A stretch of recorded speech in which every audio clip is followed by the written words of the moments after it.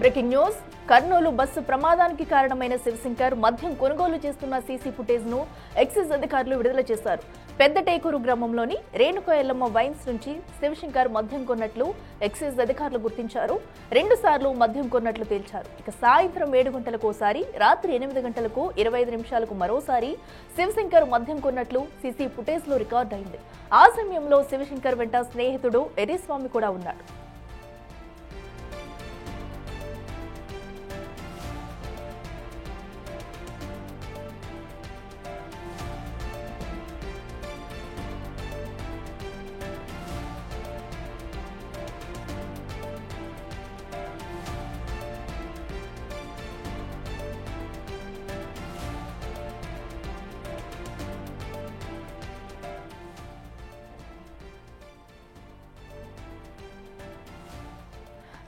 Kurnool bus ప్రమాదానికి కారణమైన నిందితుడు శివశంకర్ అయితే మద్యం కొనుగోలు చేస్తున్న సీసీటీవీ ఫుటేజ్ అయితే పోలీసులు బయటికి విడుదల చేశారు. ఆ విజువల్స్ కూడా మనం బిగ్ టీవీ స్క్రీన్ మీద చూస్తున్నాము. అయితే సుమారుగా ఆ ఘటనకు ముందు కూడా రాత్రి సమయంలో 2 సార్లు అయితే మద్యాన్ని కొనుగోలు చేశారు. 7 గంటలకు ఒకసారి, అలాగే 8 గంటల 25 నిమిషాలకు ఒకసారి అయితే 2 ప్రాంతాల్లో కూడా వీరు మద్యాన్ని కొనుగోలు చేశారు. సీసీటీవీ ఫుటేజ్ లో మన విజువల్స్ లో అయితే క్లియర్ గా చూడొచ్చు. శివశంకర్ అలాగే తన స్నేహితుడు ఎర్రిస్వామి కూడా తనతో ఉన్నారు. సో అయితే వీరిద్దరూ కూడా మద్యాన్ని కొనుగోలు చేసి మద్యం సేవించే అనంతరం కూడా వీరు బైక్ మీద అయితే వెళ్ళినట్టు తెలుస్తుంది. అప్పుడు కూడా పెట్రోల్ బంక్ లోకి వచ్చి నానా హంగామా చేసిన వీడియో అయితే చూసాము.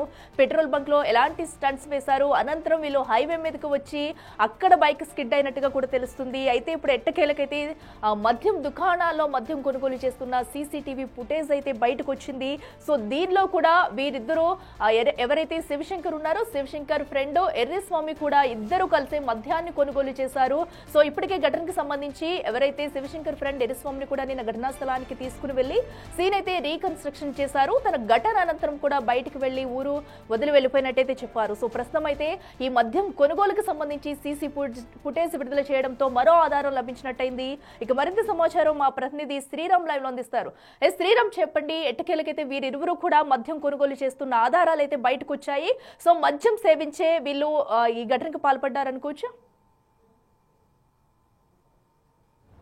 ఎగ్జాక్ట్గా, ఎందుకంటే కర్నూలు సమీపంలో చోటు చేసుకున్న ఈ రోడ్డు ప్రమాదం ఏదైతే ఉందో ఇందులో ప్రధానంగా శివశంకర్తో పాటు ఎర్రిస్వామి ఇద్దరు కూడా సమీపంలో ఏదైతే సోషల్ మీడియాలో వైరల్గా మారిన వీడియో మనం చూసాం. సోషల్ మీడియాలో వైరల్గా మారిన వీడియో ఆధారంగా పోలీసులు దర్యాప్తును ముమ్మరంగా కొనసాగి ముందుకెళ్లిన పరిస్థితి. మొదట 8 గంటల 20 నిమిషాలకు ప్రారంభమై 8 నిమిషాల 26 నిమిషాల వరకు, అంటే 4 నిమిషాల పాటు అదే వెయిన్ షాప్లో ఉన్నటువంటి పరిస్థితి మనం చూస్తూ ఉన్నాం. ఈ వాహనాలన్నీ కూడా ఏదైతే డెడ్ బాడీస్ను తరలించడం కోసం ఇప్పటికే తెలంగాణ గవర్నమెంట్ తమ ఏవైతే 6 మంది మృతి చెందారో వారి కోసం సిద్ధం చేసి ఉంచినటువంటి పరిస్థితి. ఇప్పటికే తెలంగాణ గవర్నమెంట్ కూడా వారికి ప్రకటించిన కాంపెన్సేషన్ ఏదైతే ఉందో ఆర్డీఓ సహకారంతో ఇక్కడే నేరుగా చెక్కులను పంపిణీ చేస్తున్న పరిస్థితి. అయితే ఇప్పటికే ఫోరెన్సిక్ ల్యాబ్ అధికారులు కూడా ఆ రోజు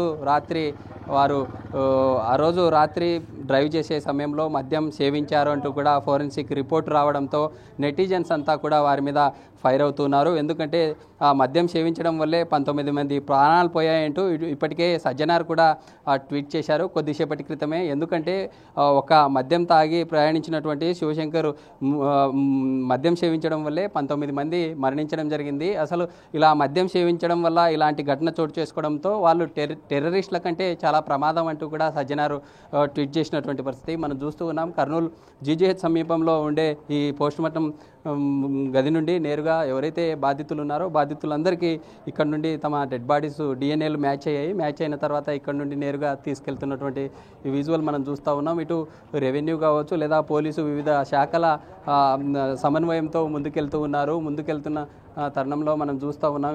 ఇలాంటి ఏర్పాట్లు చేశారు. ఇప్పటికే ఎవరైతే దాదాపు 19 మంది ఆ రోజు ఘోర రోడ్డు ప్రమాదంలో మృతి చెందిన తర్వాత ఇప్పటికే 18 మంది మృతదేహాలకు సంబంధించి డిఎన్ఏ కావచ్చు, ఇటు బ్లడ్ శాంపిల్స్ మ్యాచ్ కావడంతో అధికారులు వారికి తమ బంధువులకు ఈ యొక్క డెడ్ బాడీస్ అప్పగించే కార్యక్రమం చేపట్టిన పరిస్థితి. అయితే ఒక బాడీ ట్రేస్ కాకపోవడంతో అన్ఐడెంటిఫైడ్ డెడ్ బాడీగా చెప్తూ ఉన్నారు. ఎందుకంటే చిత్తూరు జిల్లాకు చెందినటువంటి త్రిమూర్తులు అనే పర్సన్ ఒక 3 days కనిపించలేదు. హైదరాబాద్ నుండి హైదరాబాద్ నుండి ఈ బెంగళూరుకు వస్తూ ఉన్నారనేటటువంటి అనుమానం ఉందంటూ కూడా అధికారులకు సంప్రదించడంతో దీన్ని కూడా బంధువులు ఎవరైతే ఉన్నారో వారి బ్లడ్ శాంపిల్స్ కూడా సేకరించినటువంటి పరిస్థితి. అయితే బ్లడ్ శాంపిల్ సేకరించిన తర్వాత వారి నుండి ఒకవేళ వారి డిఎన్ఏకి బ్లడ్ శాంపిల్స్ మ్యాచ్ అవుతే ఖచ్చితంగా వారికి కూడా డెడ్ బాడీ రేపు అప్పగించే ఛాన్స్ ఉంది. అయితే మనతో మాట్లాడడానికి గద్వాల్ ఆర్డీఓ ఉన్నారు. మేడం చెప్పండి, అంటే ఇప్పటికే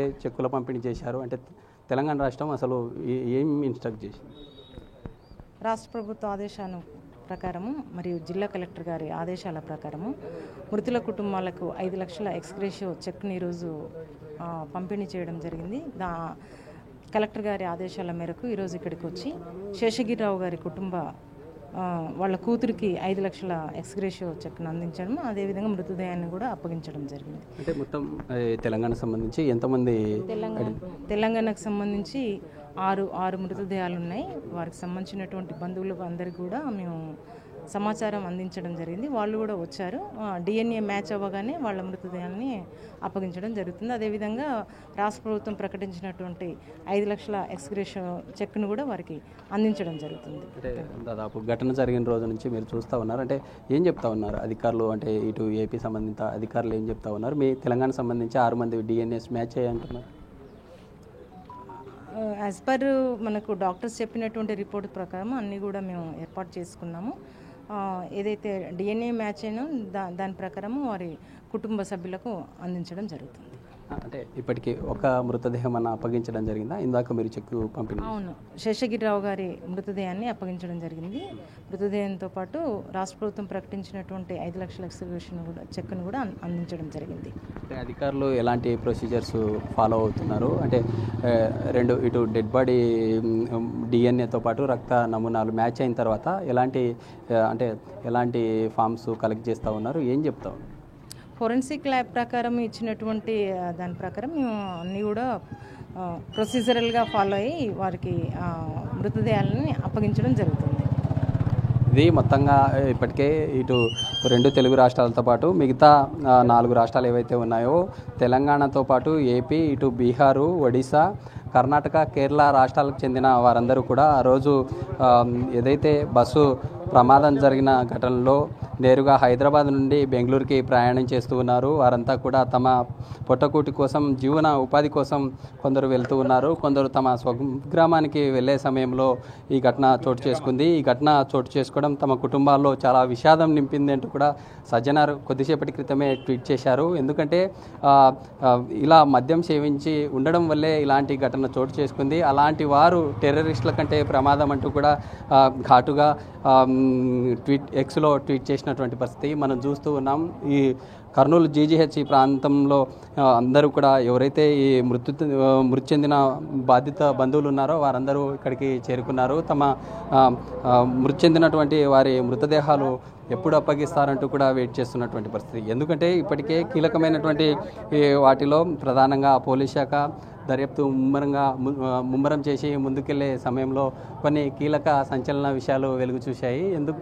ఇప్పటికే పెట్రోల్ బంకులో దొరికిన ఈ సీసీటీవీ ఎవిడెన్స్ ఏదైతే ఉందో 4 నిమిషాలే కీలకంగా మారింది. దాంతోపాటు ఎవరైతే మృతి చెందిన బాధితుడితో పాటు ఎర్రిస్వామి యొక్క ఫోన్ సంబంధించినటువంటి డేటాతో పాటు సీసీ కెమెరా ఎవిడెన్స్ ఆధారంగానే ఈ అంశమంతా తెర మీదకి వచ్చింది. పెట్రోల్ బంకు నుండి ఇద్దరు వెళ్తూ ఉన్నారు. పెట్రోల్ బంకు నుండి వెళ్ళే సమయంలో ఇద్దరు వెళ్ళారా లేకుంటే ఏంటనే కోణంలో పోలీసులు దానికి సంబంధించినటువంటి వాటన్నింటినీ దర్యాప్తు చేశారు. దర్యాప్తు చేసే సమయంలోనే అనేక రకాల కీలకమైనటువంటి అంశాలన్నీ తెర మీదకి వచ్చినటువంటి పరిస్థితి. అయితే ఇప్పటికే ఎక్సైజ్ సంబంధిత శాఖ వారు కూడా 6 గంటలకు మద్యం సేవించారు. 6 నుండి 8 గంటల మధ్యలో 2 సార్లు మద్యం కొనుగోలు చేశారంటూ ఏదైతే వైన్ షాప్ దగ్గర ఎర్రిస్వామి కావచ్చు, మృతి చెందిన బాధితుడు ఇద్దరు కూడా 2 సార్లు మద్యం కొనుగోలు చేసినటువంటి ఆ వీడియో ఇప్పుడు సోషల్ మీడియాలో మరోసారి వైరల్గా మారింది. నిన్న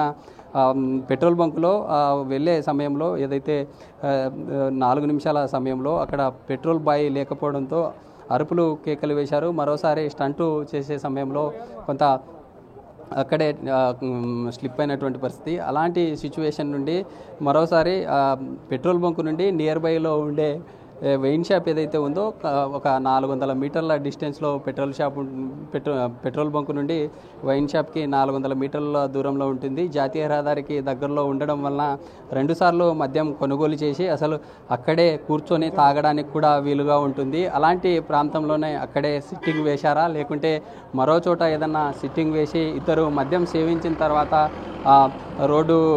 రోడ్డు మీద ప్రయాణించారా అనే కోణంలో కూడా పోలీసులు దర్యాప్తు చేస్తున్నారు. ఎందుకంటే ఎర్రిస్వామిని నిన్న సీన్ రీకన్స్ట్రక్షన్లో భాగంగా పోలీసు ఉన్నతాధికారులు వారిని అక్కడికి తీసుకొని వెళ్ళారు. సీన్ రీకన్స్ట్రక్షన్లో భాగంగా అక్కడికి తీసుకొని వెళ్ళడంతో పోలీసులకు ఎర్రిస్వామి అనేక రకాల సంచలన విషయాలు చెప్పడం జరిగింది. పోలీసులకు చెప్పిన తర్వాత బస్సు ప్రమాదం జరిగిన తర్వాత డ్రైవర్ ఎవరైతే ఉన్నారో డ్రైవర్ స్టేట్మెంట్తో పాటు ఎర్రిస్వామిని ఇద్దరిని కూడా వేరువేరుగా పోలీసులు ఆ యొక్క సీన్ జరిగినటువంటి ప్రాంతానికి అక్కడికి సీన్ రీకన్స్ట్రక్షన్లో భాగంగా అక్కడికి వెళ్ళి వారి నుండి దర్యాప్తు చేసినటువంటి పరిస్థితి మనం చూస్తూ ఉన్నాము. ఇటు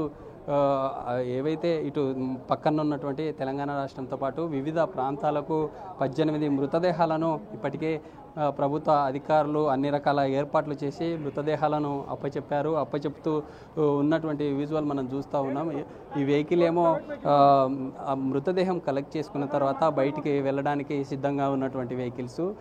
లెఫ్ట్ సైడ్ వెళ్తున్నటువంటి ఈ అంబులెన్స్ ఏవైతే ఉన్నాయో ఈ అంబులెన్స్లన్నీ కూడా ఇంకా బాడీని కలెక్ట్ చేసుకొని నేరుగా తమ ప్రాంతాలకు వెళ్తూ ఉన్నాయి. 3 రోజులు తర్వాత ఈ యొక్క మృతదేహాలు ఇవ్వడంతో ఆ యొక్క కుటుంబాల్లో తీవ్ర విషాదం నెలకొంది. తీవ్ర విషాదంతో ఈ ప్రాంతం అంతా కూడా బంధువులు కావచ్చు లేదా అందరూ ఈ యొక్క సిచ్యువేషన్ చూసి కన్నీరు పెడుతున్నటువంటి పరిస్థితి. అయితే పోలీస్ అధికారులు ఇంకా డెప్త్గా ఈ కేసు సంబంధించి ఆ రోజు ఇద్దరు మద్యం సేవించి వెళ్ళడం వల్లే ఇలా జరిగిందంటూ కూడా రీజనల్ ఫోరెన్సిక్ ల్యాబ్ రిపోర్ట్లో ఆధారాలు రావడం జరిగింది.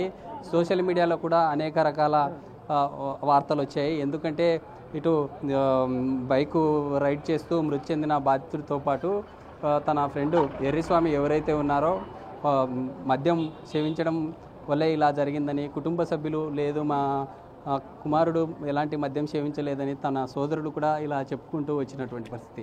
ఈ ల్యాబ్ రిపోర్టు వచ్చిన తర్వాత అనేక రకాలైనటువంటి సంచలన విషయాలు బయటకు వచ్చినటువంటి పరిస్థితి. అయితే మనం చూస్తూ ఉన్నాం జిల్లా కలెక్టర్ కూడా జిల్లా ఎస్పీ కూడా వస్తున్నటువంటి పరిస్థితి. మనం జిల్లా ఎస్పీతో మాట్లాడే ప్రయత్నం చేద్దాం. జిల్లా ఎస్పీ వస్తూ ఉన్నారు, ఆయనతో మాట్లాడదాం. అసలు ఇప్పటికే ఈ కేసుని ఎలా ముందుకు తీసుకెళ్తున్నారు? విక్రాంత్ పాటిల్ జిల్లా ఎస్పీ ఉన్నారు. సార్ చెప్పండి. తర్వాత మాట్లాడదాం. మనం చూస్తూ ఉన్నాం అంటే ఇప్పటికే ఈ ఘటనకు సంబంధించి అన్ని రకాల ఏర్పాట్లు చేస్తూ ముందుకెళ్తున్నామంటూ కూడా జిల్లా ఎస్పీ చెప్తున్నటువంటి సిచ్యువేషన్ అయితే. Okay, right Sriram, thank you.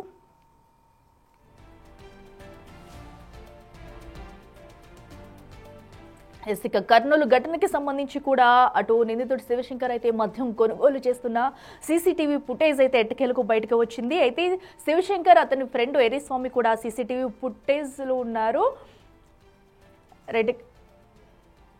ఈ ఘటన అనంతరం కూడా అటు ఇప్పటికే హాస్పిటల్ వద్ద అయితే ఆ డెడ్ బాడీస్ అయితే పంపిస్తున్నారు. ఈ ఘటనకు సంబంధించి కూడా కర్నూలు ఎస్పీ మాట్లాడుతున్నారు. లైవ్ చూద్దాం.